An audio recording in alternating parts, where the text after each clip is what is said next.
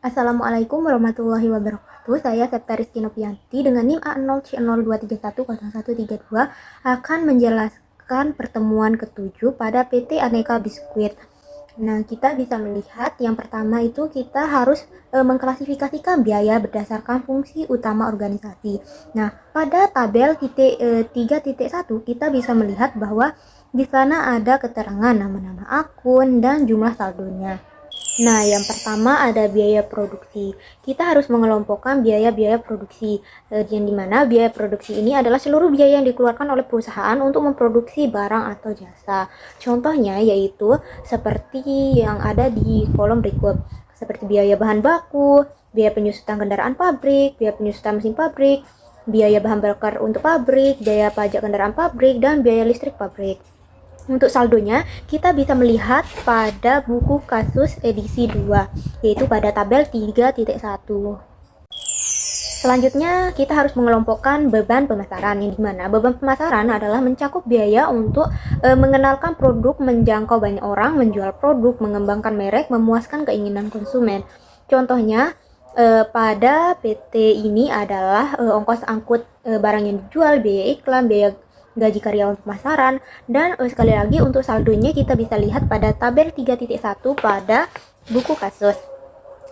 Sehingga total beban pemasarannya itu yaitu adalah 128.000.000. Yang terakhir ada biaya administrasi.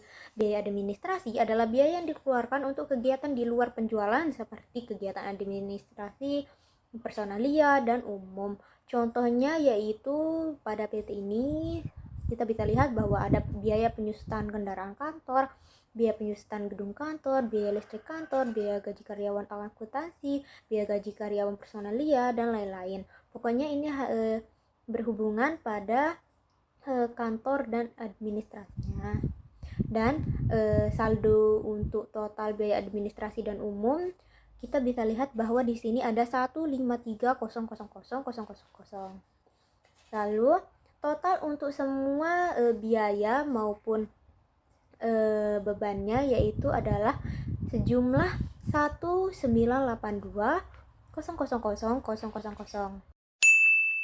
Yang kedua yaitu mengklasifikasikan biaya-biaya tersebut berdasarkan perilaku biaya yang dibagi. Yaitu yang pertama ada biaya variabel, yang dimana biaya variabel ini adalah biaya yang berubah sebanding dengan tingkat aktivitas atau volume produksi. Nah, contoh-contohnya itu seperti biaya bahan baku tepung terigu, pokoknya biaya bahan baku dan biaya tenaga kerja langsung, biaya penyusutan pabrik. Total dari biaya variabel ini ada 1.441.000.000. Yang kedua ada biaya tetap, yang dimana biaya tetap ini adalah biaya yang tidak berubah meskipun volume, aktivitas atau produksi meningkat atau menurun. Contohnya yaitu seperti biaya tenaga kerja langsung, biaya penyusutan gedung pabrik, biaya penyusutan kendaraan pabrik, dan sebagainya. Di sini kita bisa tahu bahwa total biaya tetapnya yaitu ada 506.000.000. Terus yang terakhir ada biaya semi variabel. Biaya semi variabel ini adalah biaya yang memiliki elemen tetap dan elemen variabel. Sebagian dari biaya ini tidak berubah, sementara bagian lainnya berubah sesuai dengan tingkat aktivitas atau volume produksi.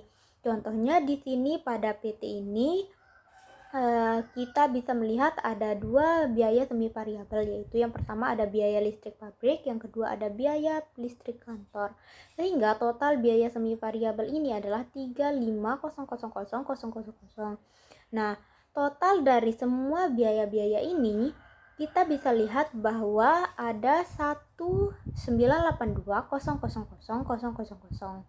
Nah, untuk yang ketiga ini adalah pemilihan biaya semi variabel menjadi biaya tetap dan biaya variabel dengan metode kuartil terkecil. Pertama-tama kita bisa melihat bulan, unit yang dihasilkan, total biaya pada halaman 24 pada halaman 24 bab 3.